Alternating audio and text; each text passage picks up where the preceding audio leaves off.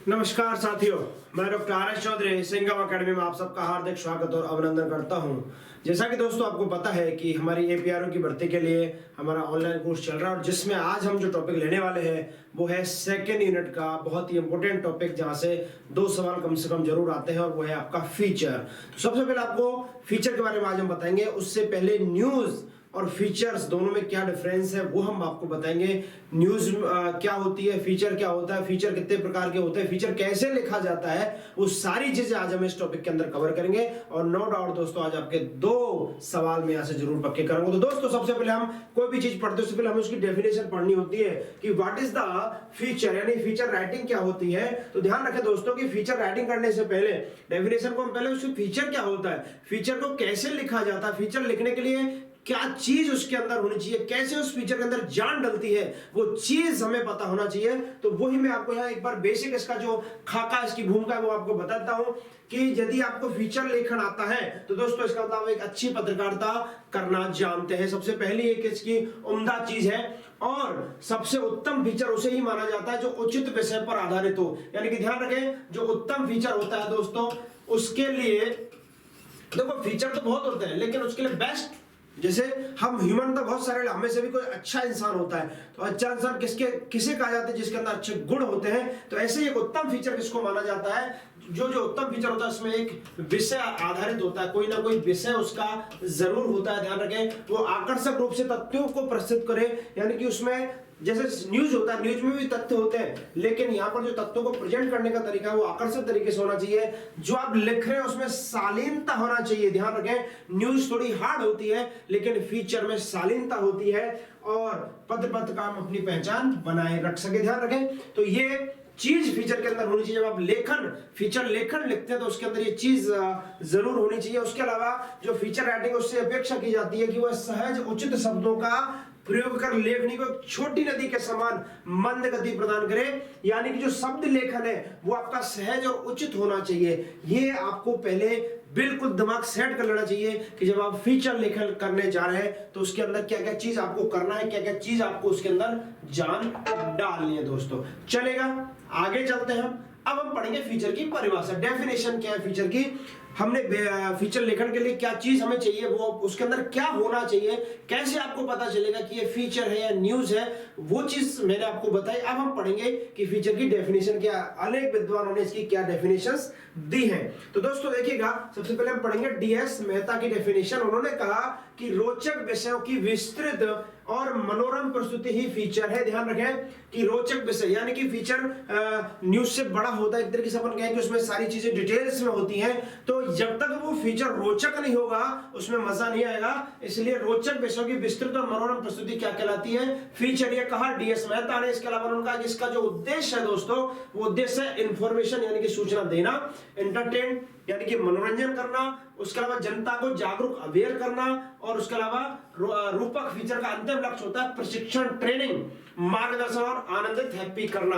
ध्यान रखें, जो न्यूज है उस न्यूज में कभी भी ये चीज नहीं होती कि वो न्यूज मनोरंजक होता है, वो इंफॉर्मेटिव तो होती है, या न्यूज में सूचना तो अपन को दी जाती है लेकिन जरूरी नहीं कि वो मनोरंजक हो, जरूरी नहीं कि वो अवेयर करने के लिए हो, जरूरी नहीं कि वो गाड़ी की न्यूज एक फैक्चुअल बेस्ड होती है, लेकिन फीचर के अंदर सारे पॉइंट्स जो है ये होने चाहिए। और यही डेफिनेशन में डीएस मेहता ने बताया है। ये डेफिनेशन डीएस मेहता के अनुसार है। दूसरी डेफिनेशन पढ़ेंगे दोस्तों अर्जुन तिवारी के अनुसार। अर्जुन तिवारी ने क्या कहा वो जरा देखिएगा।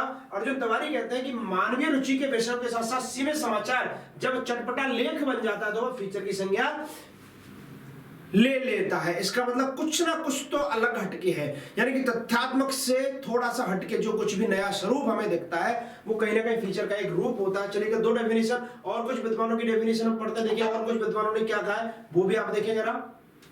अगले विद्वान आते हैं बीटी टंडन के अनुसार। बीटी टंडन कहते हैं दोस्तों कि फीचर एक प्रकार का गद गति है जो नीरस लंबा गंभीर नहीं हो सकता, यह मनोरंजक हो सकता है। ध्यान रखें, यदि आपने फीचर तो लिखा दोस्तों लेकिन उस फीचर के अंदर नीरसता है, लंबा है, गंभीर नहीं है, तो वो उत्तम फीचर तो होगा लेकिन उत्तम किस्म का नहीं होगा। ध्यान रखें, तो इसी चीज पर हमको ध्यान रखना है कि नहीं हो सकता, वो मनोरंजक होना चाहिए। इसी के साथ विजय कुलश्रेष्ठ जो है उन्होंने भी एक डेफिनेशन दी।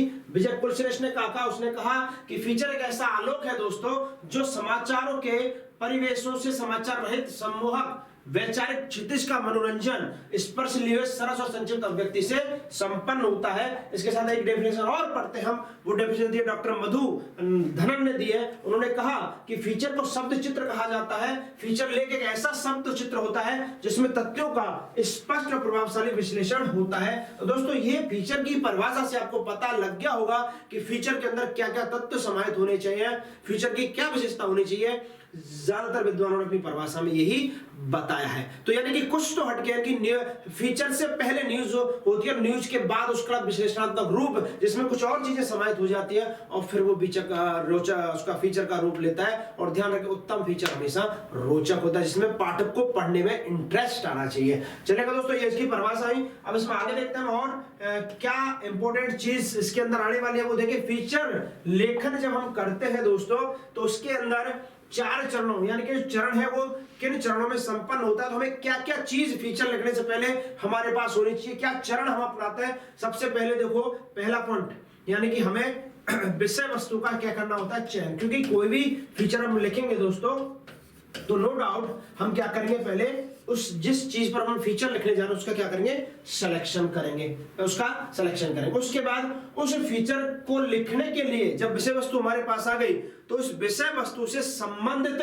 सामग्री का क्या करेंगे, हम सिलेक्शन करेंगे।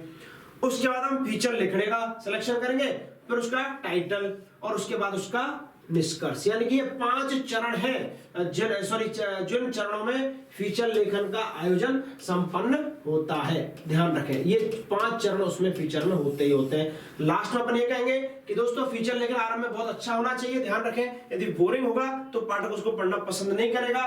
मध्य घटना को विस्तार कर समझाने का प्रयत्न किया जाना चाहिए और अंत निष्कर्ष की तरह होता है जिसमें आरंभ और मध्य का निचोड़ होना चाहिए। यानी कि यदि देखिएगा दोस्तों मैं थोड़ा सा ब्रीफ आपको कर देता हूं कि जो समाचार होता है और फीचर होता है बहुत ही इंपॉर्टेंट पार्ट होते हैं। और फीचर समाचार में डिफरेंस क्या है, यानी कि जब हम न्यूज लिखना शुरू करते हैं तो न्यूज के प्रारंभ की जो लाइन होती है उसमें हम न्यूज का पूरा सार दे देते हैं। लेकिन दोस्तों ध्यान रखिएगा जब फीचर लिखते हैं तो फीचर में पूरी चीज हम लिखते हैं, उसका सार अंत में दिया जाता है। क्योंकि यदि प्रारंभ में उसका सार दे दिया गया तो उसको पूरे को पाठक पढ़ेगा ही नहीं। ध्यान रखिएगा तो पाठक को हमें उसमें व्यस्त रखना, उसको पढ़ने के लिए मजबूर करना है।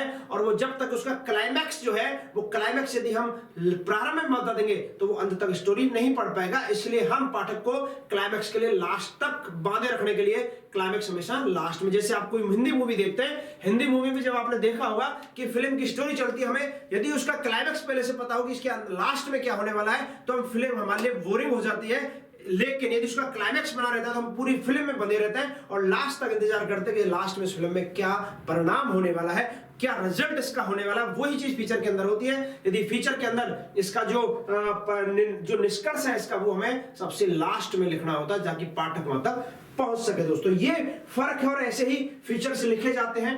आगे हम थोड़ा विस्तार से देखेंगे फीचर्स के बारे में। देखिएगा अब फीचर लेखन के प्रकार, फीचर कितने प्रकार से लिखे जा सकते हैं। देखिए फीचर को एक बहुत प्रकारों में बांटा जाता है। ध्यान रखिए जो मोस्टली जो चीजें हमें यहाँ बांटने की कोशिश की है, और भी कई प्रकार हो सकते हैं लेकिन ये महत्वपूर्ण प्रकार जो है जहां से फीचर लिखा जाता है वो जरा देखें। मैं आपको डिटेल बता रहा हूं फीचर लेखन के प्रकार दोस्तों। तो इसमें देखिएगा व्याख्यान किस्म के फीचर हो सकते हैं जिसके अंदर क्या होता है, प्रत्येक बिंदु पर व्याख्या विश्लेषण करना क्या कहलाता है, व्याख्यान कहलाता है। दूसरा फिर देखें आप ऐतिहासिक फीचर भी हो सकता है, यानी किसी ऐतिहासिक घटना पर फीचर लेखन करना ऐतिहासिक फीचर लेखन कहलाता है। मानवीय रुचि परक होता है, इसके प्रकार है। फीचर लेखन आम आदमी की रुचि के अनुसार समसामयिक होना चाहिए। ध्यान रखें व्यक्ति परक, किसी विशिष्ट व्यक्ति पर आधारित भी फीचर लेखन किया जाता है। यानी कि फीचर लेखन कहां किया जाए वो इसमें बताया गया है, यही इसके प्रकार है। विज्ञान के क्षेत्र में विशिष्टता के कारण विज्ञान के क्षेत्र में फीचर लेखन किया जा सकता है। खेलकूद के क्षेत्र में भी फीचर लेखन किया जा सकता है। पर्व और उत्सव, विशिष्ट त्योहार आदि के आधार पर फीचर लेखन किया जा सकता है क्योंकि हमारी सांस्कृतिक विरासत धरोहर के अंतर्गत आता है। पारिवारिक किसी प्रकार की पारिवारिक जो है पॉइंट पर भी आप फीचर लिख सकते हैं। रेडियो फीचर लेखन, ध्वनि, ये जो रेडियो फीचर लेखन होता है ध्वनि और संगीत पर आधारित होता है। शब्द होते हैं मगर लिखे हुए उसके बाद टेलीविजन में ध्वनि संगीत चित्र होता है ध्यानो, और फोटो फीचर चित्रों के माध्यम से इतिहास को समझना फोटो फीचर लेखन का एक माध्यम। तो दोस्तों ये विभिन्न प्रकार जो आप देख रहे हैं ये फीचर लेखन के प्रकार हैं, ये विभिन्न टॉपिक आपके लिए बन सकते हैं जिसमें आप फीचर लेखन कर सकते हैं। अब सवाल ये आता है, जैसे मैंने आपको कहा कि फीचर लेखन तो होना चाहिए लेकिन उत्तम किस्म का होना चाहिए। उत्तम किस्म का फीचर लेखन करने के लिए दोस्तों उसके अंदर क्या क्या गुण उसके अंदर होने चाहिए, क्या क्या चीज उसके अंदर होनी चाहिए, जब हम कह सकते हैं कि उत्तम फीचर लिखा गया है। तो दोस्तों उसके लिए देखो पॉइंट बाय पॉइंट आप नोट करिएगा। सबसे पहले ध्यान रखें फीचर, अच्छा फीचर किसको कहें, जो मनोरंजक होगा, जो ज्ञानवर्धक होगा, जो मानवीय रुचि पर आधारित हो, ये सारे गुण उसके अंदर होने चाहिए, तब हम कहेंगे कि ये उत्तम फीचर है। उसके अलावा चित्रात्मक भाषा शैली होनी चाहिए, कल्पना का समावेश भी आवश्यक है, लंबा और घुमावदार नहीं होना चाहिए, रुचि उत्पन्न करने वाला होना चाहिए, ज्ञान और भावना संवेदना जगाने की कला उसमें निहित होनी चाहिए, महकता हुआ होना चाहिए, उसके अलावा भावात्मक होना चाहिए, तर्कसंगत भी होना चाहिए, उसके अलावा उसमें गतिशील शैली यानी कि डायनामिक होना चाहिए, उसमें विचित्रता और रोचकता होनी चाहिए, उसके अलावा उसमें जो तथ्य हम दे रहे हैं उस पर जो होने वाला इंपैक्ट है वो सही होना चाहिए, आंकड़े सही होने चाहिए, अन्यथा वह झूठा और अविश्वसनीय माना जाएगा, इसलिए तथ्य ठीक होने चाहिए मेरे दोस्तों। और यही एक अच्छे फीचर लेखन की विशेषता होती है, जिस फीचर के अंदर ये सारे गुण मौजूद होंगे उसको हम एक अच्छा उत्तम किस्म का फीचर कह सकते हो। नो डाउट जब ऐसे फीचर के अंदर विशेषताएं होंगी तो पाठक उस फीचर को जरूर अंत तक निष्कर्ष तक पढ़ेगा। दोस्तों चलेगा, आगे चलते हैं हम, आगे चलते फीचर लेखन की विधा कौन कौन सी है वो देखिए आप, इसके बारे में हम कहेंगे। तो यहां से एक सवाल बनेगा आपका कि फीचर जो है वो अंग्रेजी शब्द ध्यान रखें लेकिन इसका हिंदी पर्याय रूपक होता है, ये सवाल पूछा जा सकता है बिल्कुल, यानी कि फीचर को अंग्रेजी में इसका हिंदी पर्याय क्या है, तो रूपक ध्यान रखें। फीचर को क्या कहा जाता है, इसको रूपक भी हिंदी में कहा जाता है। तो फीचर लेखन पत्रकारिता की एक महत्वपूर्ण विधा है, बिल्कुल ध्यान रखें। फीचर लेखन समाचार लेखन के विपरीत होता है, यानी कि दोनों में क्या होता है, अपोजिट संबंध होता है। मैंने कहा समाचार लेखन और फीचर लेखन, तो इनमें दोनों में कैसा संबंध है, विपरीत। मैंने आपको बता दिया। उसका समाचार तात्कालिक घटनाओं पर लिखा जाता है जबकि फीचर आकस्मिक होने वाले समाचार पर आधारित होता है। ध्यान रखें, ये एक तरीके से न्यूज के बारे में बता रहा है कि न्यूज क्या होता है और फीचर क्या होता है, दोनों में डिफरेंस क्या है, राइट। तो समाचार क्या होता है, ये तात्कालिक घटना होती है जबकि फीचर में आकस्मिक आने वाले समाचार पर आधारित होता है। उसके अलावा आधुनिक युग में फीचर रूपक की परिभाषा बदल गई है। फीचर अंग्रेजी शब्द है जिसका हिंदी पर्याय रूपक है, लेकिन हिंदी पत्रकारिता में रूपक के स्थान पर फीचर शब्द प्रचलन में है।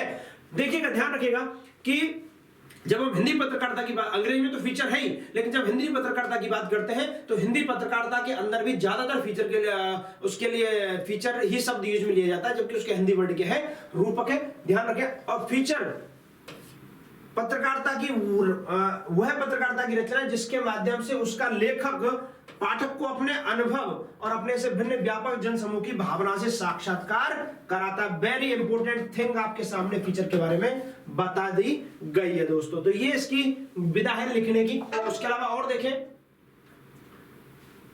और देखिएगा और क्या क्या विधा हो सकती है इसकी।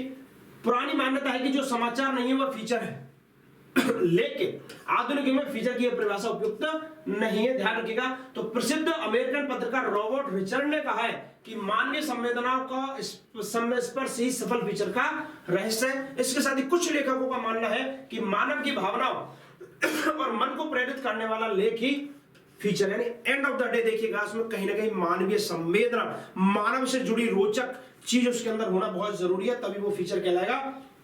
उसके अलावा देखिए मानवीय भावना का जैसे मतलब उसमें प्रेम हो, करुणा हो, घृणा इत्यादि के इर्द गिर्द वो घूमता रहता है। और फीचर किसी रोचक विषय का मनोरंजन शैली में विस्तृत विविध सारी विधाएं किसकी, भैया फीचर की। ध्यान रखिएगा, बहुत सिंपल टॉपिक है, अच्छा टॉपिक है, लेकिन इसमें कॉन्सेप्चुअल सवाल आएंगे तो समझना बहुत जरूरी है। इसके अलावा और देखिएगा फीचर की क्या हो सकता है। फीचर समाचार पत्र में प्रकाशित होने वाला किसी विशेष घटना, व्यक्ति, जीव जंतु, स्थानीय परिवेश से संबंधित और विशिष्ट आलेख है जो कल्पनाशीलता और सृजनात्मक कौशल के साथ साथ मनोरंजन आकर्षक शैली में प्रस्तुत किया जाता है। फीचर पत्रकारिता की आधुनिक विधा है भैया। यहां से क्वेश्चन बन गया, आपका क्वेश्चन बन गया कि पत्रकारिता की आधुनिक विधा, आंसर फीचर। हमारे देश में पत्रकारिता का जन्म आजादी के आंदोलन में एक हथियार के रूप में हुआ। ये सब चीज आपको बिल्कुल बहुत सिंपल भाषा में फीचर के बारे में बताया जा रहा है। आई होप कि आपको समझ में आ रहा होगा। धन्यवाद दोस्तों। तो आज का लेसन हमारा यहाँ समाप्त होता है। आपने मुझे पढ़ा, सुना, आपको अच्छा लगा, उसके लिए मैं आपका बहुत बहुत थैंक यू, आभारी हूँ। कल की क्लास में हम अगला टॉपिक पढ़ेंगे। थैंक यू, धन्यवाद।